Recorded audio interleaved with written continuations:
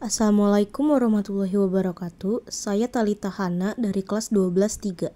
Di sini saya akan mempresentasikan mengenai teks narasi dan cerita fiksi. Mari disimak videonya ya. A. Mempelajari teks narasi. Kamus Besar Bahasa Indonesia menyatakan bahwa narasi adalah cerita atau deskripsi suatu kejadian atau peristiwa kisahan, atau teks menceritakan peristiwa atau kejadian secara detail dan kronologis. Teks narasi menyajikan beberapa peristiwa atau serangkaian kejadian yang disusun secara kronologis sesuai dengan urutan waktu. Peristiwa yang disampaikan dapat benar-benar terjadi, tapi dapat juga hanya khayalan saja. Ciri teks narasi. A. Menceritakan kehidupan manusia dengan mengikuti logika tertentu. B.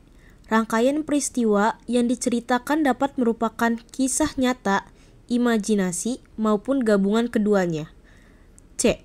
Cerita memiliki nilai keindahan, isi, dan penyajian. Jenis teks narasi. A.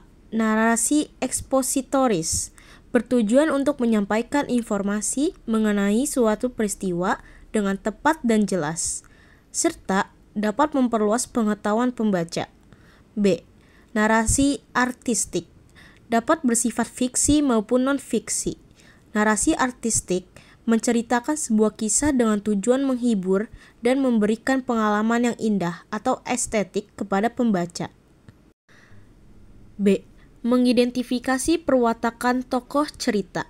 Dunia sosial yang tergambar di dalam novel merupakan dunia imajinasi pengarang.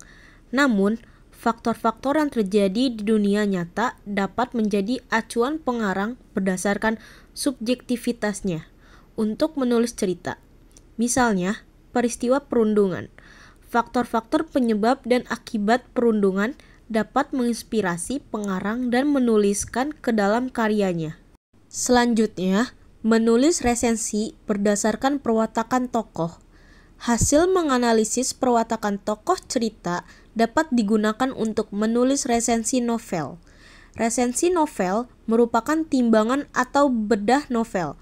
Penulis resensi akan mempertimbangkan dan mengupas novel untuk memperlihatkan kepada pembaca kelebihan dan kekurangan, baik buruknya, serta pantas tidaknya novel untuk dibaca.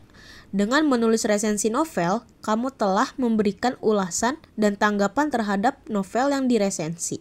Dan yang terakhir, menjelaskan tokoh dalam fiksi. A. Metode secara tidak langsung. Melalui dialog, apa yang dikatakan penutur, jati diri penutur, lokasi, dan situasi percakapan. Jati diri tokoh yang dituju oleh penutur, kualitas mental para tokoh, nada suara, penekanan, dialog, dan kosakata, dan tingkah laku seperti ekspresi wajah dan motivasi yang melandasi tindakan tokoh. B.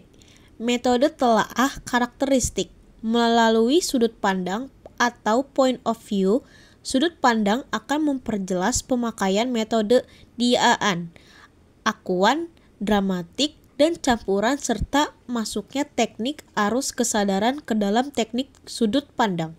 Sekian, terima kasih. Jika ada kekurangan mohon dimaafkan. Wassalamualaikum warahmatullahi wabarakatuh.